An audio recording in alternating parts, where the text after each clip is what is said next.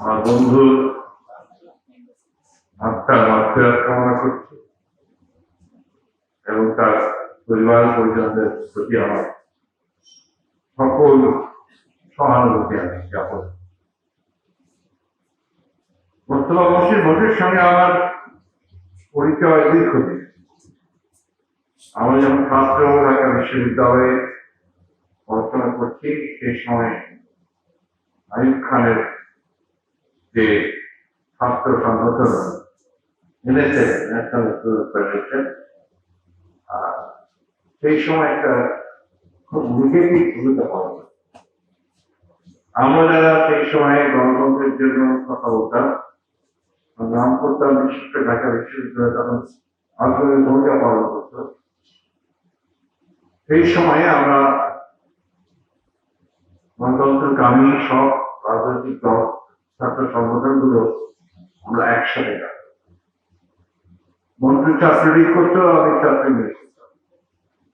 তো আমাদের মধ্যে একটা প্রগাঢ় বন্ধুত্ব সৃষ্টি হয়েছিল মূলত রাজনৈতিক কারণে। এনএসএফকে প্রতিরোধের ক্ষেত্রে আমরা সবাই এক হয়েছিলাম এবং সেই ক্ষেত্রে মোস্তফা মহসিন মন্টু, ছোট ভাই সেলিম, খসরু তারা আমাদের কিছুটা ভরসার জায়গা ছিল। আরেকজন বন্ধু আমাদের আছে আব্দুল আজিজ, তিনি এখন কোথায় দেখা যায় না, তার সঙ্গে আমরা সেই কারণে মোস্তফা মহসিনের সঙ্গে আমাদের অনেক স্মৃতি, এখন সেই বলার সময়ের সুযোগ নেই। এখন বহু মোস্তফা মহসিন সম্পর্কে সবাই এক বাক্যে যেটা বলেছেন যে তিনি ছিলেন আপাতমস্তক একজন দেশপ্রেমিক রাজনীতি। আমি দেশপ্রেমিক কথাটা এখানে জোর দিয়ে বলতে চাই, সত্যিকার অর্থে দেশকে ভালোবাসা এটা সকলের পক্ষে ততটা সম্ভব হয় জানি না, তোমার পক্ষে এটা সম্ভব। আপনারা সবাই তার ভূমিকার কথা শুনেছেন মুক্তিযুদ্ধে, আমি সেটা রিপিট করতে চাই না। যুদ্ধের পরে তার সঙ্গে আমার যোগাযোগ একদম কমে গিয়েছিল, কারণ আমি তখন শিক্ষকতার পেশাতে বিভিন্ন জায়গায় সবাই শিক্ষকতা করতাম, মূলত আমার রাজনীতি নিয়ে অত্যন্ত ব্যাপার।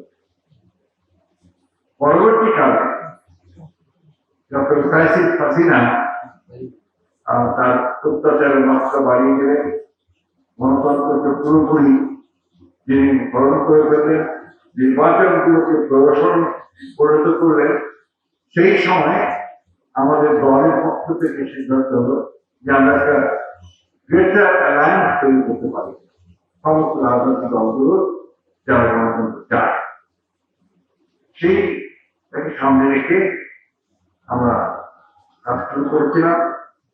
মোস্তফা মহসিন মন্টু প্রথম দিকে যেহেতু আমাদের সাথে সরাসরি যোগাযোগ করার সুযোগ আমার ছিল না, সেই কারণে আমি তখন আমাদের মোস্তফা মহসিন মন্টুর সঙ্গে যোগাযোগ করি এবং তাকে সামনে নিয়ে আমরা ফ্রন্ট গঠন করি। সমাজের আমাদের ফ্রন্টের নেতা আমরা সেই ফ্রন্ট গঠন করেছিলাম।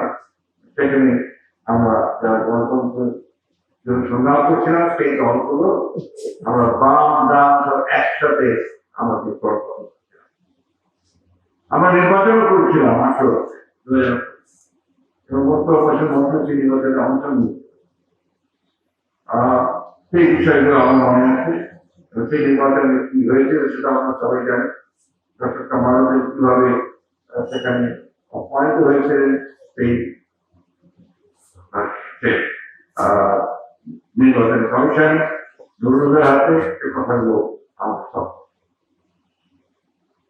মোস্তফা মহসিন মন্টুর সঙ্গে পরবর্তীকালে এই রাজনীতি আরো ঘনিষ্ঠতা বাড়তে থাকে। আজকে আরেকটু থাকে খুব ভালো হতো, যার বাসায় অসংখ্য দুটি ছিল মন্টুর ঘনিষ্ঠ মানুষ। পরবর্তীকালে যুগপৎ আন্দোলনের বিষয়টাকে নিয়ে আমরা তাদের সাথে কথা বলে শেষ পর্যন্ত আমরা যুগপৎ আন্দোলন একসাথে কাজ করার সেই পরিবেশ সৃষ্টিতে সক্ষম হচ্ছিলাম। আমি তো প্রায় দেওয়া হয়েছিল গণতান্ত্রিক ঐক্য এবং আমাদের কোরআন সদস্য নিয়ে যোগাযোগ করার রবীন্দ্র খান সাহেবকে দায়িত্ব দেওয়া হয়েছিল ইসলামিক দলগুলোর সঙ্গে যোগাযোগ করা। সেক্ষেত্রে আমরা সফল ছিলাম যে একসাথে আমরা যুবপথ আন্দোলন করব। এটা কি করে আমার ছেলেরা আমার ছাত্রদের শাসিত হবে পাকিস্তানে নিয়ে তারপরে আন্দোলন আজকে সবচেয়ে মনে পড়ে যে মুক্তিবা বসির মঞ্জুর দুটো বিষয়ে কোনো আপোষ ছিল। একটা ছিল মুক্তিযুদ্ধ, বাংলাদেশের স্বাধীনতার সার্বভৌমত্ব, অন্যদিকে ছিল গণতন্ত্র। এই দুটো প্রশ্নে এই সবসময় কাজ করেছে, একেবারে আপোষ। অবশ্যই মধ্যে চলে যাওয়াতে আমাদের বিরাট ক্ষতি। আমরা যারা গণতন্ত্রের জন্য কাজ করি, নাম করছি, আমাদের শেষ বয়সে এসে গেছে। মুক্তি চলে গেছে কয়েকদিন আগে, আমরা একই সময় আমার ওই জন্য আজকে বসে বসে এখানে সবাই কথা বলছে, আমার বারবার মনে হচ্ছিল যে আমিও তো কয়েকদিন পরে চলে যাব, কারণ এটাই স্বাভাবিক, এটাই হবে। তো মন্ত্র যে দৃষ্টান্তে স্থাপন করে গেছে, সেই দৃষ্টান্ত যদি আজকে আমাদের যারা রাজনৈতিক কর্মী আমরা সেটা মনে রেখে যদি সামনে এগিয়ে যেতে পারি, তার নিঃসন্দেহে আমরা সফল করব। মঞ্জু বারবার আমাকে ফোন প্রায় আমার অভিযোগ ছিল মঞ্জু কারবার করেছে, বড় লাঞ্চের সমস্যা ছিল আমার। আমাকে সরকার বলতো যে ছোট অক্সিজেনের সিলিন্ডার পাওয়া যায়, এটা সাথে নিয়ে চলবে, যে কোনো সময় কিন্তু এই অক্সিজেনের সমস্যা।